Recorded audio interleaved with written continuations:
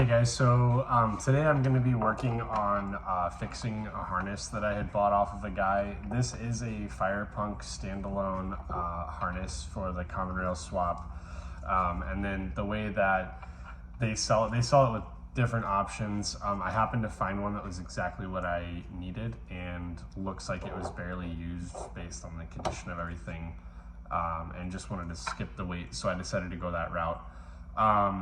This one is the ECU relocation, so I'm actually going to be running this one in the cab, which I'll do a more in-depth video on.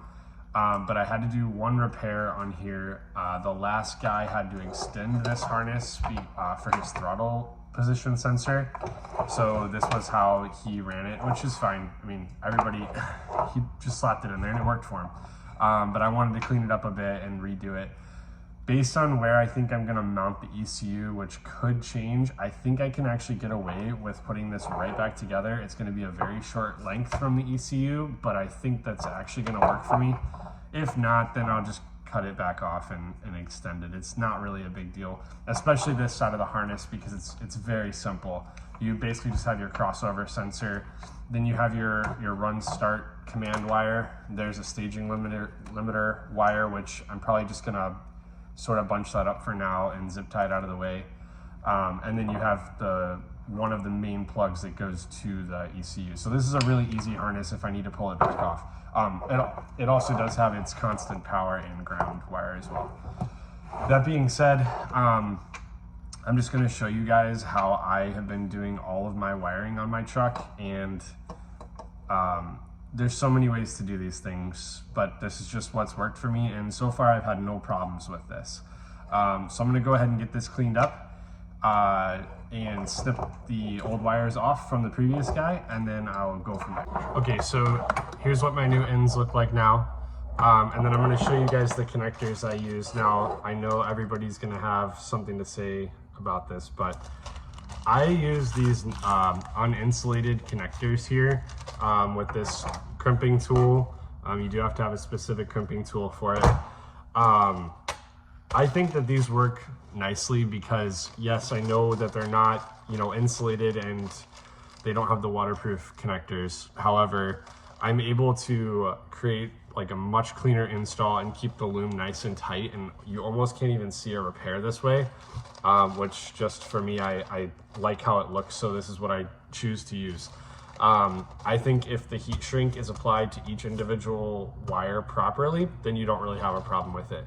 So far, I haven't had an issue doing anything this way, and I rewired basically my entire truck with this process. So if something happens, then maybe I'll look into changing it, but so far it's been good.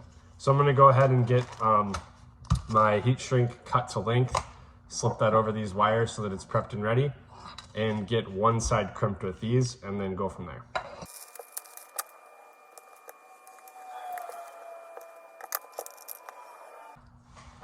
All right, so here's the result when those are done, and it's gonna probably have a hard time focusing here, but you get a nice tight crimp on these wires, and like I said before, I think this just works really well, and it gives you a nice clean look when you're done. So I'm gonna go ahead and actually put a little bit more loom on this, just so I know that it covers all the way and it looks good when it's done.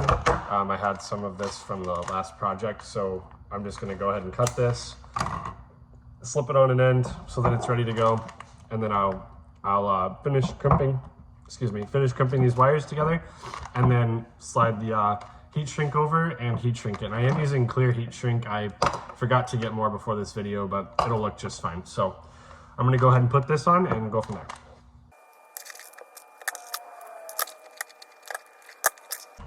All right, so now before I put the heat shrink on, this is what it looks like. And it just gives you this really nice clean profile there. The clamps are pretty much the same size as the wire.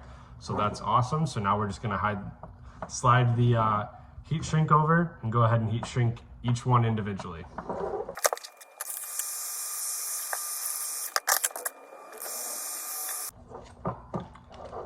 Okay, so this is the result of everything heat shrinked, each one individually, like I said, and everything looks nice and tight and sealed. So we're just gonna go ahead and pull the loom straight now, all the way together, and then we're gonna slide our heat shrink over and go from there. Alrighty, so this is what it looks like now that it's done.